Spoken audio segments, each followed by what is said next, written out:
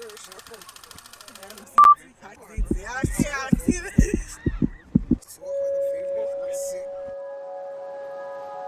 pressure. Should go first, no? The host? The host, you ready? But the host doesn't want to go first. So here we go. You want to go first, host? Okay, Edwin. I have to go first. Okay. Timeless. So, what is one of the favorite memories with your child or your children? I only have one. My princess, Isabella Mejia Bella, aka. Um, you know, the thing that immediately pops up is being there in that operating room. Like, and I'm not one of those medical people. Like, I can't stand blood. I can't even look at a needle going inside of my own arm. I'm gonna pass out with my I kid. can't, you know what I mean? But it was, like, 100%. hope my baby's mother doesn't mind me saying it was a C-section. It had to be. It had to be the scenario, the situation had to call for it. So, like, there was a barrier. I couldn't see Her face? Or the baby? I couldn't see the surgery happening. You know what I mean? But I was there, obviously. And, like, just that experience of the doctor, like, putting my daughter in my arms. Like, I felt like that was a spiritual, like, that was the most spiritual. It might have been the first time I must have felt a spiritual experience in my life, because I wasn't that type of dude. I been through I was in another world, another vibe, and another, but that was the introduction to spirituality to me, was getting my daughter placed in my hands. I felt like something was lifted off of me. Okay. I felt like What were your thoughts? Like, what were your exact thoughts? Like, something was lifted out. That's your feeling. But what's your thought that came? Something like that is hard to explain. It's hard to put into words. But I'm trying to tell you that it felt like something just exited and something else entered into my being. Okay. You know what I mean? Like, I feel like Makes sense. I feel like everything that was weighing on me and hurting and burning and damaging and It was a lot. It's a rebirth. It's a rebirth. was exiting. Yes. And then something powerful, the most powerful thing I ever felt in my life, the most purifying thing that ever entered my life came in. I felt love for the first time in my life. I think that was the first time I ever felt love in my life, because the upbringing wasn't ideal, but that was perfect. And Next would be Zoilo answering the question. You guys to be yourself, Very, always. very self. Be yourself, be yourself. And Zoilo's gonna answer this question. And like I said, it is a Father's Day special. I wanted to bring men into my journey a little bit. Zoilo, what was one of your favorite memories with your children? With my children. So I have three. Yes. I have two of my own, and I have Ethan, which I got him when he was 3. So he's mine. So Yep. You got John Craigslist. Right. when it came to Ziara, I wasn't there when she was born. Okay. So just the fact that I became a father, it was very everything kind of switched on me because I wasn't obviously at the time I wasn't thinking or prepared for it, but it just happened. So I wasn't there for her birth, but when I realized that I had to become a dad and step up, then that's a memory that you're not gonna forget because it's the first time that you're gonna you'll be a dad. Where Abby was different because with Abby I was there. I had it with my wife, and Abby became everything at the time to me because it came through my marriage. So, the day that she was born, there was complication in her birth. Yes. It was tough for my wife and for her. So, the doctors, they had to rush them to the birth because she was She was going into natural. She was doing it naturally. Yes. Jenny was my wife had an infection. She got an Yes. infection at the hospital, and then Abby, her oxygen level was coming down and down and down. So I wasn't even allowed to go into the operating room because Yes. it was that dramatic. So from what my wife said, the minute they opened the door, they just sliced it open because Abby was like had Needed to come no out oxygen. immediately. Yeah. So that there was like an experience that I'm always gonna relive it because it was the first time that I experienced it. So you had I want to say you had three different types of. Yeah, and as far as Ethan, I'm married his mom, so Yes. I had to take responsibility. So I had to make sure that he's actually here. Yes. That, He is on the table with us, guys. You will see him. That I had to, So- when you marry somebody with kids, they become yours. They become You yours. just don't marry the Could person. you repeat that again a little louder? When you marry somebody, the kids become yours. Okay. Because they come with the package, so Very you have to important. accept Tax returns. everything that comes with it. If you're not ready to marry somebody with kids, then just don't do it. So I had to take the responsibility and raise him as my own. I mean, I met Ethan when he was 3. I married his mom 10 years later. So basically, he's been in my life more longer than Ziara and Abby because he was there. So yeah, it's just the fact that knowing that you gotta step up and take responsibility. Some people might think that way, but to each his own, right? Of course. But I always I realized that God put me in a place to take full advantage of being a father to my kids. So I'm always gonna be grateful for God for the opportunity He gave me. The good lessons, the bad, the good, the bad. There's always lessons. But from the bad ones, I made the good one. I made them the best. So that's my thing with my That's kids. good. Good to hear. Come on, let's. Yeah. YouTube time. This is for you too. That was good. You guys are answering. Yeah, I Okay, can. I can. Okay, I know you're right. I can't do that. We're gonna talk about your dog. Why? about What to you flip said? the Sorry. We're gonna talk about his dog. First of all, I always wanted to do this because I see podcasters doing it, Yes, mostly go at the ahead, gym. do it. Be you, Anthony. Right there. Be you. I'm the only one that has a teenager body, but it's okay. Edwin, you keep playing footsie with me on the low. I know that shit. So Anthony is Alright, so our third can't guest curse. that's going to answer this question for me in his own way, right? yeah, About yeah. So what is one of your favorite memories with your children? I'm gonna flip the script. So I'm gonna change the topic over. So Everything's being other than like 2.5 years ago, I was introduced to a 4-legged friend. His name is Noah. That's my real child. He's a dog, so I'm a dog dad. But I'm actually gonna flip the aspect of I haven't been blessed yet to have children. My wife and I. We recently got married in November, but I have been blessed to be around beautiful kids to enjoy the experience of seeing men be fathers to their kids. that's what I mean. One of the hardest topics I think in society, how we grew up is that the man was always missing in the house. So a man missing in the house, that means that there's no order. And I think that if a man was always in the house, then the order, especially if there's faith in the heart in the house, then the kids will also seek God. So I didn't grow up without a father. I decided to seek for my dad when I was 30, and I'm currently now 37, 38, I don't remember. I want to say that I took honor, though, in searching and doing the best that I could in searching for my father, because the word says, if you honor your mother and your father, despite of the situation, you live a longer life. So I decided to go towards the direction of honoring my father and my mother.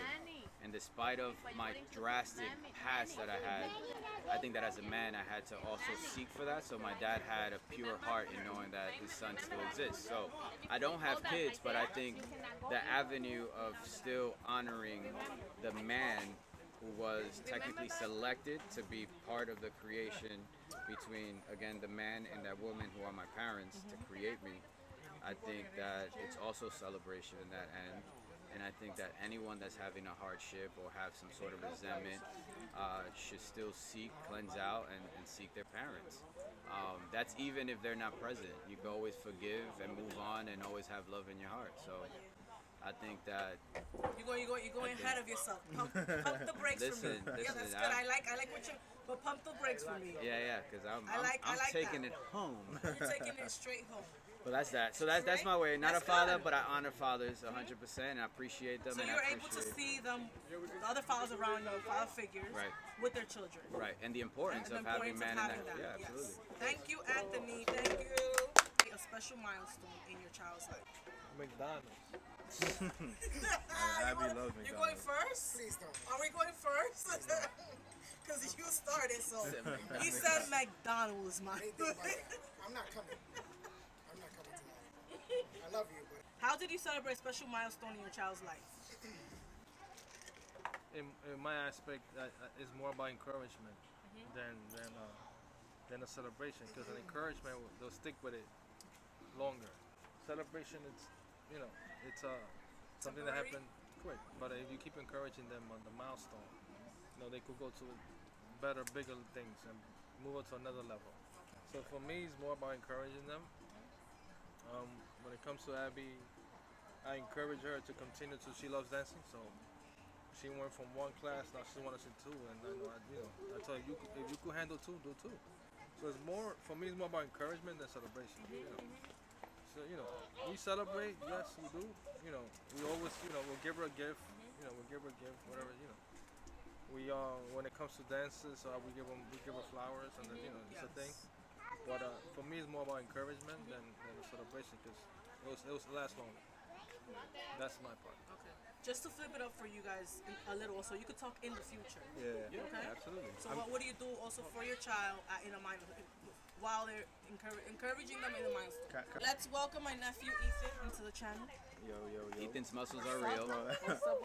Tell us. What's up? Get But inside. my answer Wait, is guys. that, oh, my in hand on what Tazee said. No, It's not always about like a celebration or like a party or toys or whatever. I think like words hold dear to the heart more than like anything that would be, like a party or a toy or whatever. Like hearing "I'm proud of you," for example, like that's something that would stick with me more than a party that lasts, a day. Even though I'm gonna be grateful for the party, but like for me, I tell Abby every time, like, I'm proud of you, I love you, and give her like words of affirmation. That's like a way that I feel like gets overlooked in the celebration for anything. That's my nephew though. So it's important the words that we use and tell our children is what he's saying. More than a physical gift. Yeah. I think that's one of the biggest things. Yeah, that's my answer. That's great. Ooh, I'm so proud of you. So good, papito. Papito, you did so well. So good. Edwin, you had something, honey? To answer the question, how did you celebrate special milestones in your child's life? well, my daughter is an experienced type of individual in my opinion. She values the moment more than the fabric of the thing. So I think that a moment of laughter, a moment of fun, and a moment of like bonding is more valuable to her than something, because she gets over things like I've probably wasted a ton of money just buying her things, thinking that makes me like do it right, but ultimately a week into it, she doesn't even like look at these things. But she'll be laughing about something we did together like forever, and she'll talk about it, and she'll want to do it again. And so whenever it comes to that time for me, it's just about having an experience with her that she could take with her forever, rather than something that we're gonna like leave behind, we're gonna throw away, it's gonna break, it's gonna like get old, we're gonna get past it. But you know what I mean, that moment where we just like can't stop enjoying something together that has nothing to do with something physical, that's forever. So yeah, that would be it for me for my kid. I just celebrated her 15th birthday recently, and Nice. that's what we did. Nice. We went and had we just went and Non-material stuff. Okay, so a father, when you don't have it, you can still be there for your child. No matter what. Took my hat in the Intellect. front this time. so you can test out the Yeah. I mean, I think resolution of the voice. I think that definitely with a child's accomplishment, you have to know how to go again. No, you just have to celebrate the love and the discipline when it comes to the accomplishment. I mean, I'm not a dad, but I want to say that it's important to always be at eye level with a child. I see my wife kind of do it when a child is doing right in their classroom or they're graduating. There's a certain way of obviously coming to eye level and just allowing them to feel and allowing them to be proud of themselves, giving them words of affirmation, which is what Ethan said as well. But I think it's also the child understanding that they're sick, that they can live in faith. Just come within. It is natural, but it also comes from being guided correctly. Then I think the celebration is a little bit different. I think it's more appreciated. So I think parenting should always have some sort of to it, but also some discipline, which then shows true love. And then I think a child at that moment will always feel like they're always fulfilled. So a child should always be celebrated. Of course. 100%, even in the bad, because the bad is also going to allow them to know that that's where they're going to grow from. So It's about not having your dad in your life. When this you is a didn't great have your dad in your life, like, how did you feel? Did you feel you were missing out something as you were growing up, and how did you handle that? How did you handle not having your dad in your life? And once you grew up, how do you look at that differently? In whatever stage you're in life right now, because right, we're in a table, but we are in different stages in our life. Okay? So whoever is up to talking and saying a little something about that. That life, I lost my father when I was 19. So he did what he had to do to where I'm at. So he did I had to rush myself to adulthood because I was 19 at the time. So at that time I had to look for answers. And of course I questioned God why.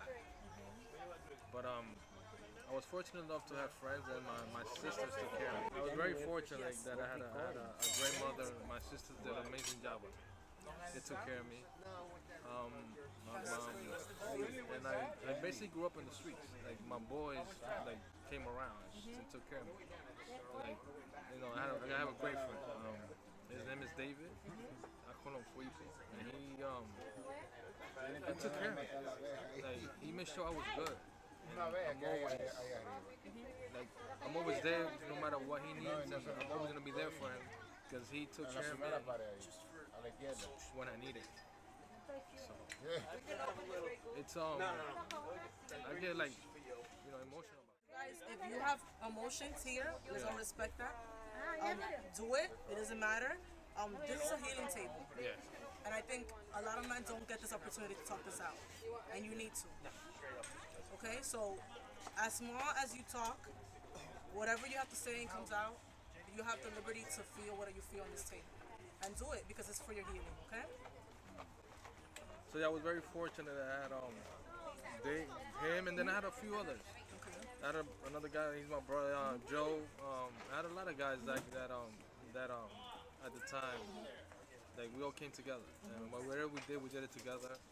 Obviously we did things we weren't supposed to, but at the time it was mandatory to be done. It had to be done. Yes. So, we were put in a situation where I was put in a situation where I had to grow up fast, and I was fortunate to find the right dudes to help me out with that. So,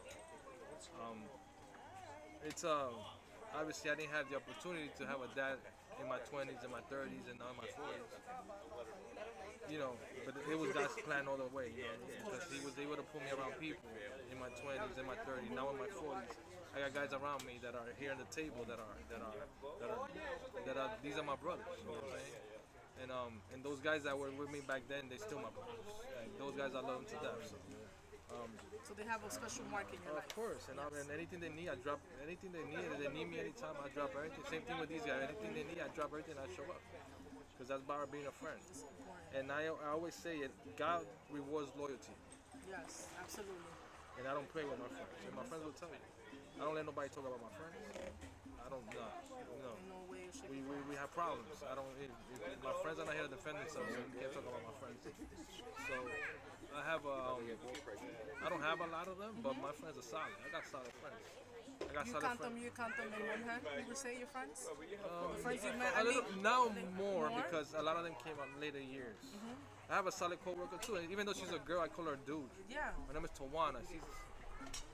She's a pain in the ass, bro.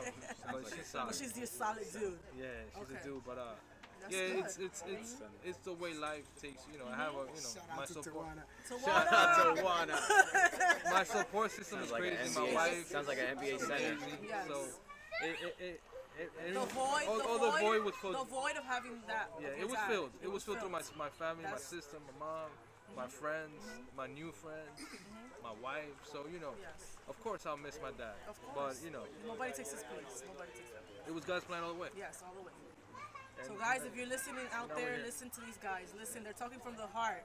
Okay? If you find yourself in this situation currently, you're not alone. Okay? Listen out, seek in the right places. Pray to God. God is your number one father. And let's continue with whoever else wants to talk. And tell us about their experience if they didn't have a father figure in the home, your own father growing up with you, how you feel about that. We have a similar situation. They have a similar. They have a similar. Okay, look at that. How crazy, guys. I didn't know that. So Edwin and Zoilo have a similar situation. And Anthony and Ethan have a similar situation. That's a good You picture. should go next. Okay, so Edwin is gonna go next on this void in his heart. I mean, first I will say that my dad is today and forever will be my number one role model for life, forever. To my last day, he is the person that I wish that I could be like. He is the man that I admire the most. He is. I lost him when I was 8 years old, and I still use him as my number one resource of guidance and direction.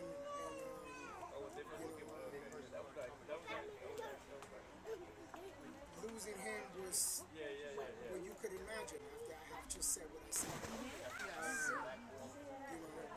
But you have to make a decision. You have to make a decision once you grieve of whether you're going to. And it's okay to grieve, right? You have to grieve. I hope it's okay for you to grieve, Yes. because if you don't, Yes. then you're doing a disservice to yourself. You gotta go through your process, whatever that is for you. But you have to make a decision. I mean, are you going to now honor this man, or are you going to break down and use it as a crutch? Are you going to That's good. That's good. look for an excuse to do the wrong thing, or are you gonna fight through that and honor the person? I mean, look, experiences are personal, they're individual. My experience could, some people will relate to it, some will not. I can only talk for what I decided to do, what I do today. My father will always be alive in my presence, in my decisions, in my opinions, in everything that I want to do.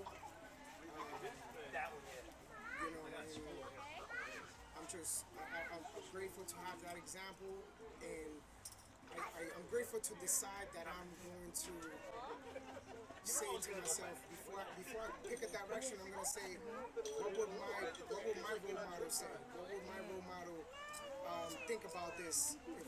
No, we appreciate you It's sharing that. too touchy Yes. to get too deep with that, but We I appreciate made a it. decision. My decision was that I'm gonna honor my dad till my last day, and when I see him, I want him to be proud. Good. That's it. That's my Thank you, number thank you, one thank goal. you, both of you, because both of you shared amazing stories. Good stuff. So my nephew, We rock paper scissors. I lost it. But you repeat the The question, but just explain, because when you didn't have your dad, the experience of not having your dad in your life, the void you have in your heart. Yeah. So for me, my biological father wasn't always present. So as a kid, you don't really think it affects you or whatever, but as you get older, you start to see. So I kind of had a resentment towards men in general in my life, and I realized that now as becoming an adult, it's something I wouldn't really think about or like process. It was just something that was in the back of my head or in the back of my heart. But as growing up, you gotta face those things in order to grow, and that's just what it is. Then I was also fortunate enough to have Z, that's like my father, honestly, and realizing now, looking back, I didn't realize how much I've learned from him. You know, like Z was there when mommy put it out there, but mommy was dead broke. I remember Z paying for bills so we could stay in the apartment. I remember Z buying me kicks for the new school year, you know, and he played that role for me, and that showed me how to be a real man, you know. And I didn't have my father there, but I had my father still, like my stepfather that, you know, filled in that role, and he taught me how to be an actual man, and I seen it from him. And there's a lot of things that, you know, God does it all for a reason. So yeah, that's kind of my experience and everything. But Thank you so much for sharing that. I know sometimes it could be hard sharing these experiences, but he did great. My nephew, he was a very loved, very loved, and he knows that. hold on, wait, real quick. I want to give a shout out to Z. Thank you for everything you've done, bro. And I mean that I love you like my father. So. Right. That's really good. All right. So I'll start by saying Happy Father's Day to all the single mothers. And the reason why I say that is I was raised by. Sorry, we have our Sorry, Hispanic guys, 'cause you family see, in the we background. have a family. All we need is Guida at this point. All right, so happy Father's Day to all the single mothers. I start that way. I was raised by a single mother, and one of the things that I've learned in my journey of faith is that not only did she do the best that she could, and she was playing the role of a woman and tried to play the role of a man, the truth is a woman can't teach a boy how to be a man. And that taught me that the void that I had with my father not being present, I was lacking discipline. I was lacking like a path of where to walk, who to look for advice, and etc. You grow up with a lot of resentment, like Ethan says, and you grow up with anger, and that leads to disrespecting sometimes even your mother, talking back, and etc. You start to blame society, use it as a crutch, like Edwin says. For me, my journey started when I actually decided to surrender my faith into God. I had to, ironically, we had this conversation, Ethan and I, earlier today, because he is getting baptized, and I'm going to throw it out there. And one of the things that was put in my heart is that I had to talk to him about resentment, any anger, or repent, and forgiveness is so important for you to then appreciate the beautiful things that God puts in your life. So for me, the beautiful things that were put in my life was my wife, number one, and then came Soilo, and with Soilo came Jenny, and both of them working as a vessel, and like the best ribs that they could be at for each other at this point. I was able to appreciate and start trusting man again. I also had a lot of mistrust with man. Went Just through a lot of interrupting you a little bit. What's your age? my age is I'm 37, 38. I don't remember at this point. Sorry. But okay, so yeah. So let's say at the 30s you were able to you met Zoilo. So it's never when you met Zoilo. I met Soilo a year and 3 months exactly today. So it's a year and 3 months. So you were what, 30? I was 36.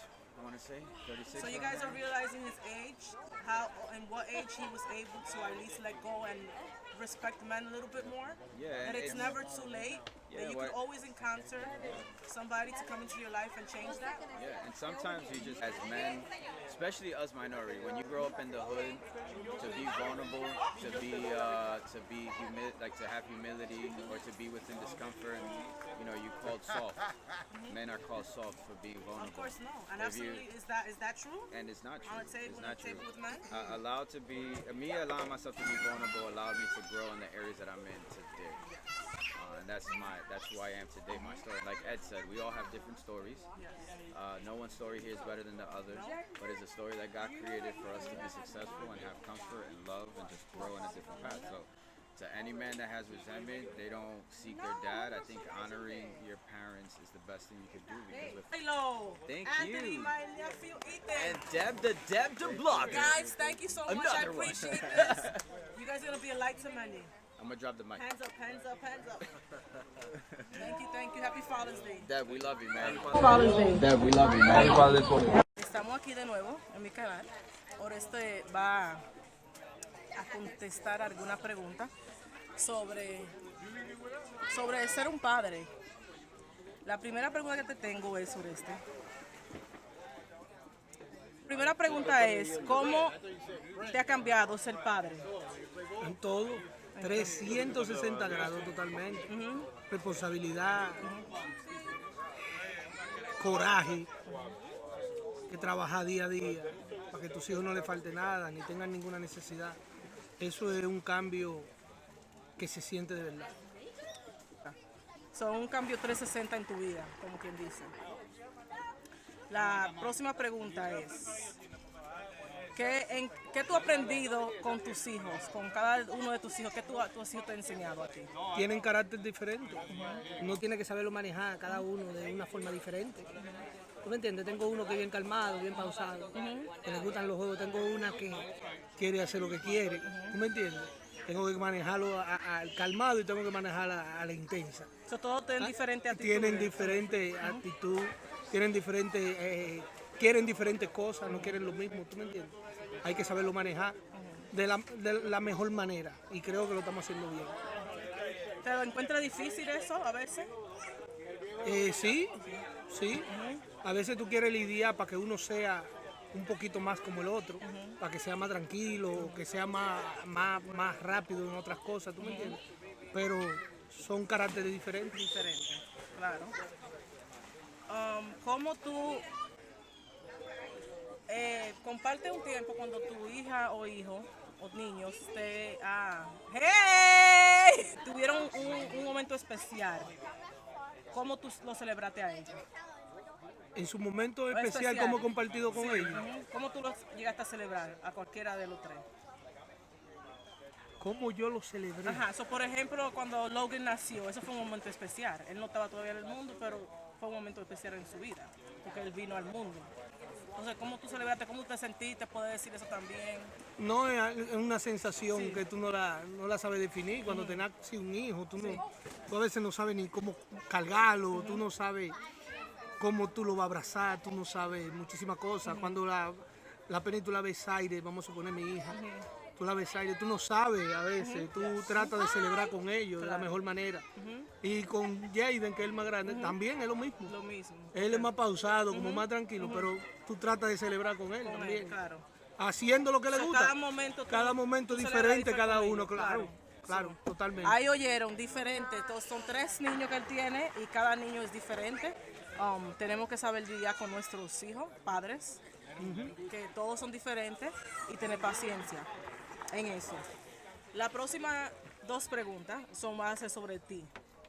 El padre que tú tuviste en tu vida, ¿en qué manera él te formó y también cómo tú te sentiste, si tú tuviste un tiempo que sentiste que él no estuvo ahí para ti?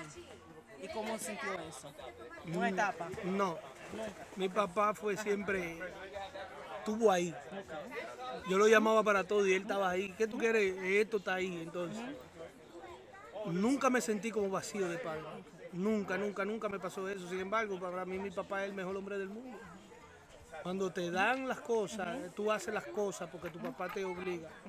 Bueno, no me hice profesional por mi propia voluntad, pero la voluntad de papi, el deseo era, todo me lo daba. Yo trabajando y ganando dinero, él me quería pagar la universidad a él para que yo no la pague, para que yo me haga profesional, y yo no pude. No lo logré, nunca sentí ese vacío de padre. Papi siempre estaba ahí para nosotros. Qué bueno.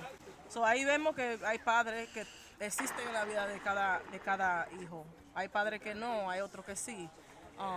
Tenemos todas clases de padres aquí en esta mesa de hoy, pero ustedes vieron que Oreste dijo que su papá nunca le faltó nada y él tuvo el amor, el apoyo de su papá siempre. Gracias, Arete. Welcome again to my channel. My earring just fell. Ay, ay, ay. Ay, ay, ay. Ay, ay, ay. Look at this.